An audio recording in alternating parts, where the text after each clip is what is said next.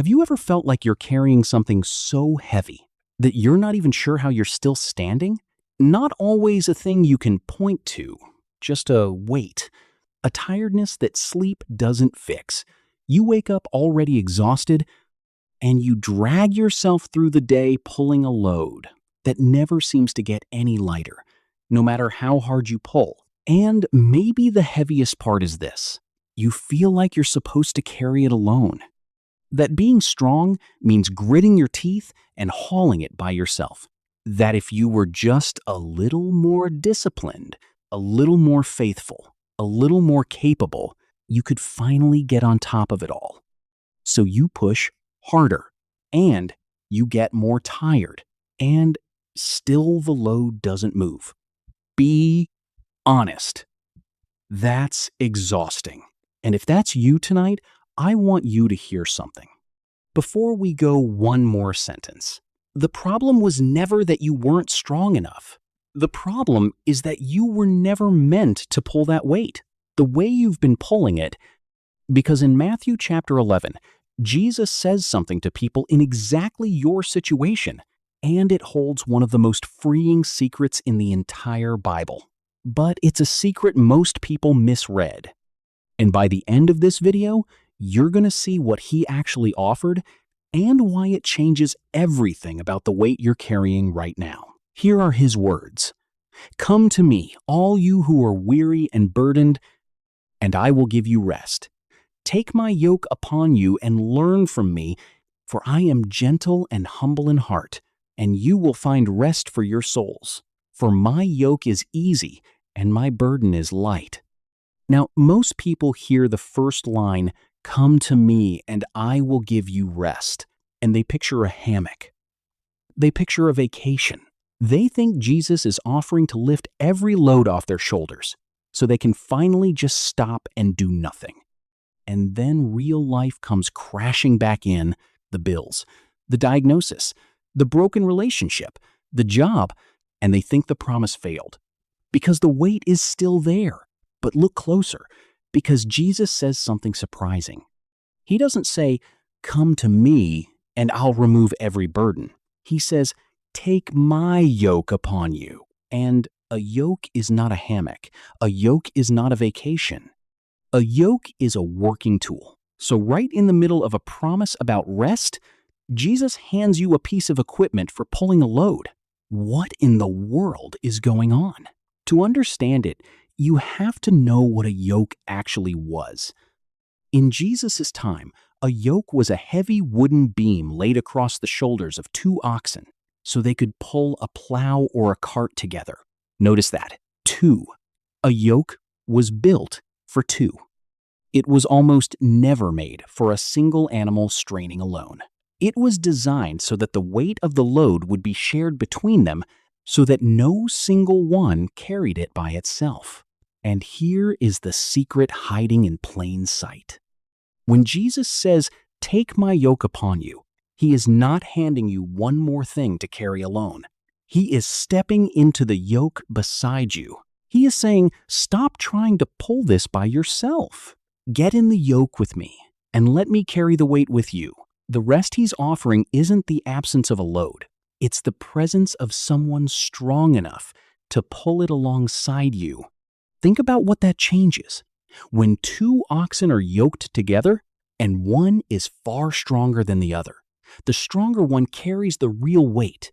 The weaker one walks beside him, still moving, still part of the work, but no longer crushed by it. And there has never been a stronger partner to be yoked to than Jesus. He is not asking you to pull harder. He's asking you to stop pulling alone. Now watch what he says about his yoke. "For my yoke is easy." That word "easy" in the original Greek is a word that means well-fitting. And this detail is beautiful. In those days, a good yoke wasn't one size fits all. A skilled carpenter would measure the animal, then carve the yoke to fit that specific neck, sanding it smooth so it wouldn't rub the animal raw or leave it bleeding. And remember, before Jesus was a teacher, he was a carpenter. He worked with wood. So when Jesus offers you his yoke, he is offering you one that is custom made, sanded smooth, shaped to fit you exactly, so it will never gall your shoulders the way the yoke you're wearing now has been galling you. Because here is what we so often miss. Everybody is wearing a yoke. Everybody is pulling something. The question is never whether you'll carry a load. The question is which yoke you're strapped into. And so many of us are strapped into a crushing one.